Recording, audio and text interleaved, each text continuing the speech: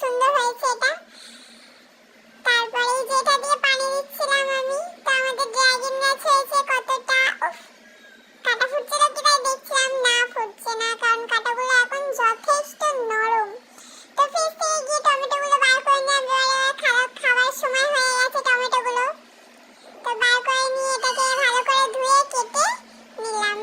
তো এর মধ্যে এবারে অ্যাড করব লবণ, সাদা লবণ, কারণ বিট লবণটা একটু পরে অ্যাড করব। এখানটায় ছিল না, তার মরিচ দিয়ে দিলাম, গুঁড়া মরিচ, তারপর লঙ্কার গুঁড়ো দিয়ে দিলাম। দেওয়ার পর এটাকে মেখে তারপর বিট লবণ দিয়ে দিলাম। বিট লবণের স্বাদটাই আলাদা, দিলে বেশ ভালো লাগে। তো খেয়ে দেখলাম খুবই সুন্দর হয়েছে। তো হাতটা ভালো করে ধুয়ে নিয়ে তারপর একটা কাঁটা চামচ নিয়ে নিলাম, নিয়ে এটাকে ঘরে গিয়ে খেয়ে নিলাম। Bye bye.